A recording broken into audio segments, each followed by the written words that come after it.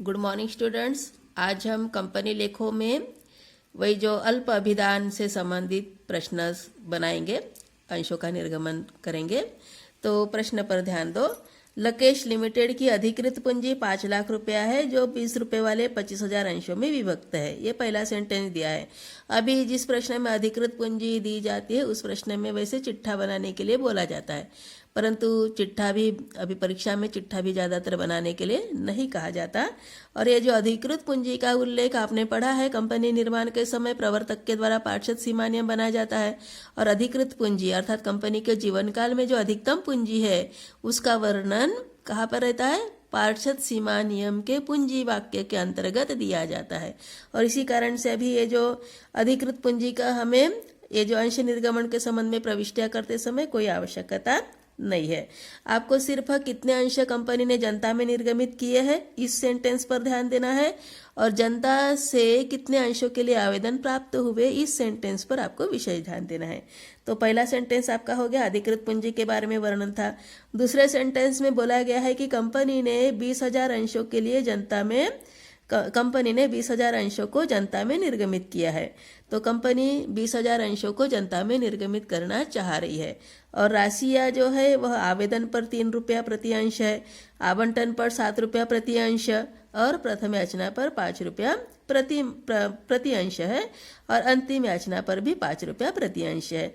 इस प्रकार से एक अंश 20 रुपये का है, वो 4 किश्तों में आप उसकी रकम वसूल करोगे। 3 रुपया, 7 रुपया, 5 रुपया, 5 रुपया हो गया टोटल 20। इस प्रकार से 20 रुपया आप 4 किश्तों में जनता से वसूल करने वाले हो।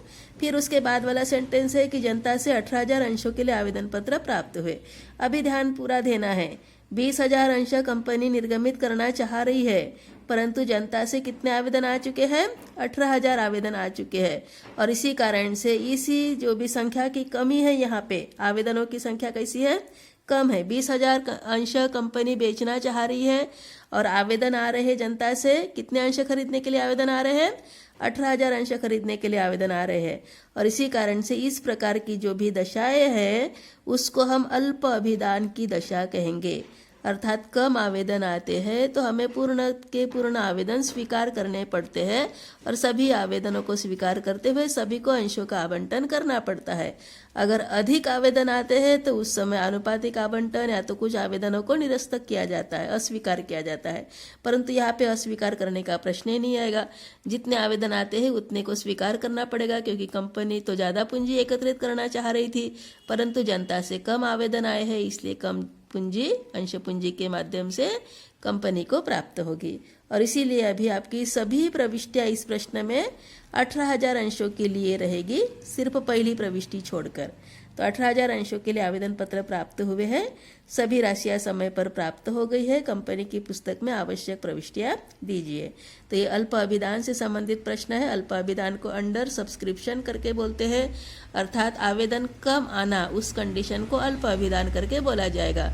न्यूनतम अभिदान और अल्प अभिदान में अंतर होता है। न्यूनतम अभिदान मतलब कि क्या है? जब भी प्रवर्तक कंपनी के निर्माण के समय जो भी पार्षद सीमा नियम, पार्षद अंतर नियम, प्रविवरण आदि प्रकाशित कर लेता है और प्रविवरण प्रकाशित करने के बाद जो भी वो कंपनी के बारे में सूचनाएं देता है, अंश को बेचने के लिए सूचना देता है, तो उस समय जनता से जो भी रकम वसूल होने की संभावना बनती है और कम से कम जो भी कंडीशन है रजिस्ट्रार ने जो दी है आपके पास कि उतनी धनराशि जब तक जमा नहीं होगी तब तक व्यापार प्रारंभ करने का प्रमाण पत्र नहीं मिलेगा।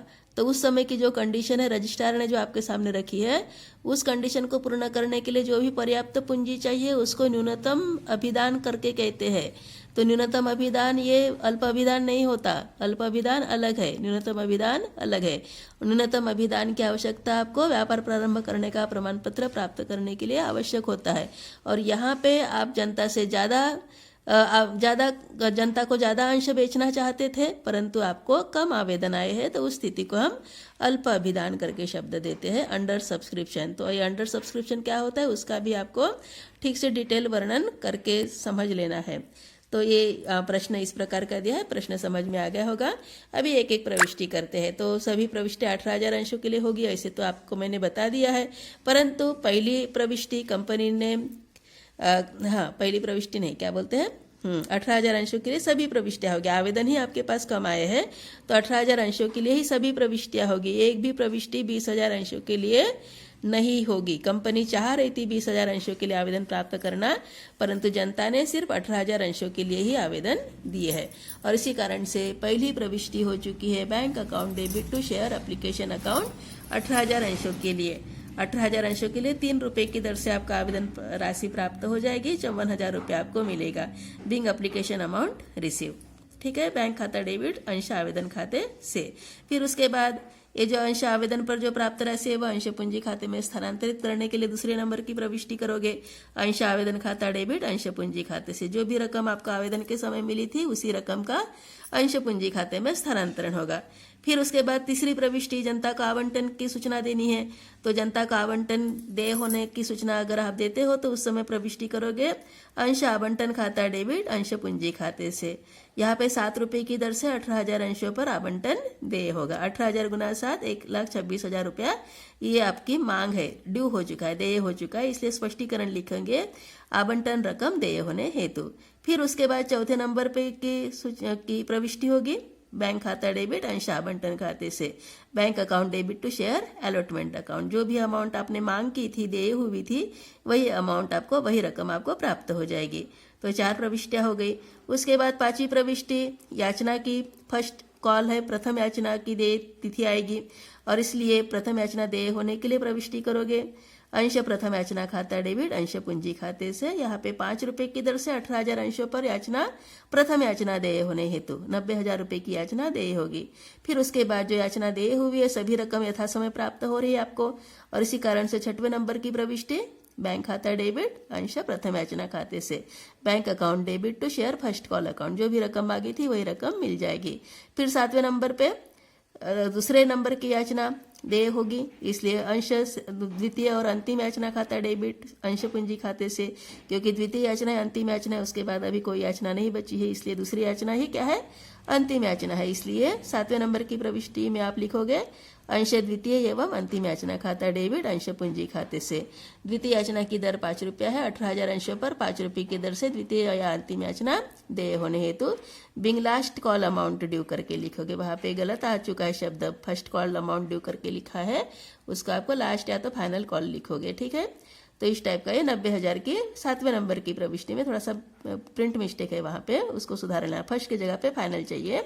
और फिर 8वें नंबर की प्रविष्टि जो भी अंतिम याचना थी वो आपको प्राप्त हो जाएगी, इसलिए bank account debit to share second and final call account. ठीक है, बैंक खाता डेबिट अंश द्वितीय तथा अंतिम याचना खाते से 90,000 रुपये आपको प्राप्त हो जाएंगे। लास्ट या तो फाइनल कॉल अमाउंट रिसीव्ड करके लिख लोगे। तो इस टाइप से ये प्रविष्टियां होती है। तो अल्प अभिदान से संबंधित प्रश्न अगर पूछा जाता है तो ठीक से ध्यान देना है कि आपने कितने अंश जनता में निर्गमित करना चाहा है, परंतु आवेदन कितने अंशों के लिए आए हैं। तो जितने अंशों के लिए आवेदन आए हैं उतने ही अंशों के लिए आपको प्रविष्टियां करनी है, अधिक अंशों के लिए नहीं। जनता को जो भी आप निर्गमित करना चाहते थे जितने अंश है उस अंशों पर भी आपको फिर उस समय क्या करोगे, ध्यान नहीं देना है। आपका पूरा ध्यान केंद्रित रहेगा कितने अंशों के लिए आवेदन आ चुके हैं। अल्प अभिदान की स्थिति में इस प्रकार की सूचना को आपको फॉलो करना है। ठीक है, अति अभिदान रहेगा तो कंडीशन बदल जाएगी। तो कम आवेदन आते हैं तो जितने भी आवेदन आते हैं कंपनी सभी को स्वीकार कर लेती है, एक्सेप्ट कर लेती है और इसीलिए सभी प्रविष्टियां कम आवेदन वाले ही संख्या के लिए ही, अंशों की संख्या के लिए आपकी सभी प्रविष्टियां होगी। 4 किश्तों में प्रविष्टियां थी ये, इसलिए 8 प्रविष्टियां हो चुकी है। आवेदन की राशि पहले प्राप्त होती है, उसके बाद आवेदन की राशि को हमें स्थानांतरित करना पड़ता है अंश पूंजी खाते में। उसके बाद तीसरे नंबर पे आवंटन की राशि देय होती है। चौथे नंबर पे आवंटन की राशि प्राप्त होती है। 5वें नंबर पे प्रथम याचना की राशि देय होगी। 6वें नंबर पे प्रथम याचना की राशि प्राप्त होगी। 7वें नंबर पे फिर द्वितीय याचना की राशि देय होगी। 8वें नंबर पे द्वितीय याचना की राशि प्राप्त होगी और यह क्रम वैसे ही जारी रहेगा। तो इस प्रकार से ये प्रश्न था। तो अल्प अभिदान किसे कहते हैं, न्यूनतम अभिदान किसे कहते हैं, इस सेंटेंस को आपको ठीक से ध्यान देना है, उसका आशय बराबर समझ के आपको लिख लेना है, याद रखना है।